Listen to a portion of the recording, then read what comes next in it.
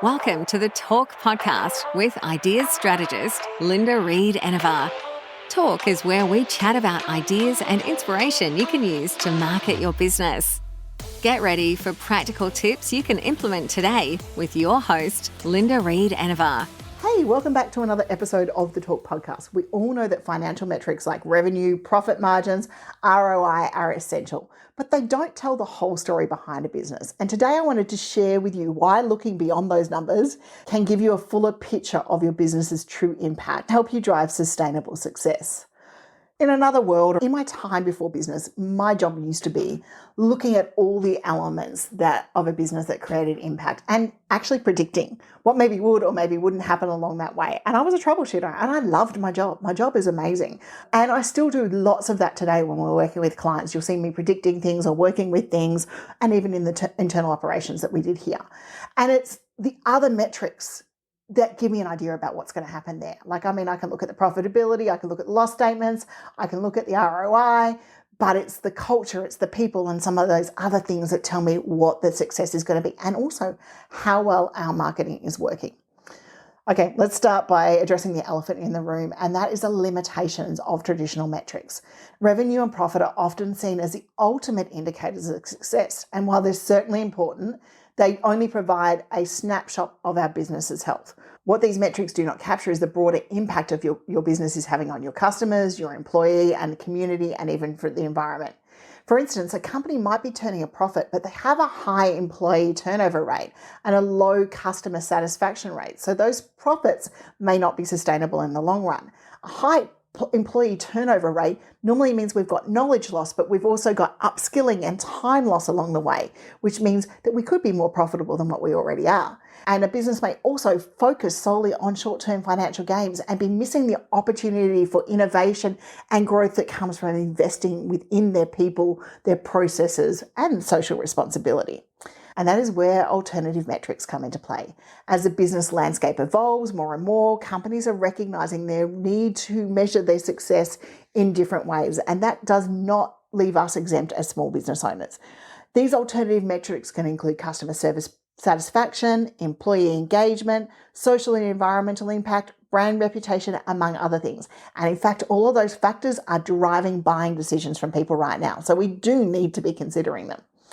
These metrics are important because they help you understand the broader value your business is creating, not just in financial terms, but in terms of long-term sustainability and profitability as well, and positive impact.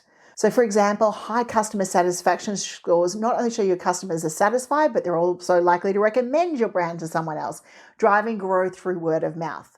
So let's take a look at some key metrics you might want to consider when it comes to running your business and your marketing campaigns. The first one is not new. It's actually quite traditional in marketing, where we're talking about customer satisfaction and loyalty. The customer retention rates. How long do we have a customer for? What's their customer lifetime value? They provide valuable insights on how well we're meeting our customers' needs and expectations. And a loyal customer base not only brings in repeat business, but it's a powerful advocate for our brand. And we cannot deny the impact that word of mouth marketing has in both a positive and a negative effect for our businesses. Now, the next is your people well-being, your employee engagement and well-being. Engaged employees are more productive. They stay longer, they're happy, they do more stuff, and they contribute positively to the company culture. So metrics here that we could be looking at is employee satisfaction surveys, the turnover rates, even the productivity levels. When your team is happy and motivated, it reflects in their work and the experience they create for you and the customers as a team. And quite often here, we'll go through lulls and those sorts of things. We're all stressed and busy, but ideally I want to keep my team as happy as we possibly can so that we can be as productive and deliver the right outcomes. And being a service-based business, for me, that means also attracting the right customers that work for them as well and respecting my team. And I'm pretty lucky to say that our team has been with us for years and years and years, and they're becoming part of our family because we do work with them so often. Another critical role is that social and environmental impact. So for those of you who know, we run business. It's an social impact. It's giving back to small business owners. And in today's world, consumers and stakeholders are increasingly concerned about how the businesses affect the world around them. So we do something good, so in our case, business So in our case, business is that give back. It's something that we give back to the business community. So metrics such as your carbon footprint, sustainability initiatives, they all come into it. Your community involvement. Do you sponsor the local football club?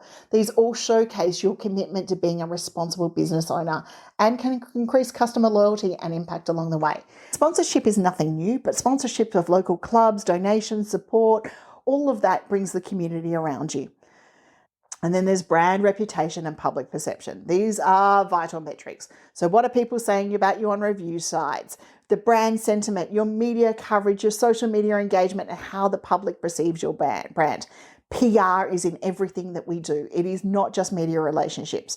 So you want to make sure that you've got the Google alerts out there for your business brand and you're monitoring those sorts of things.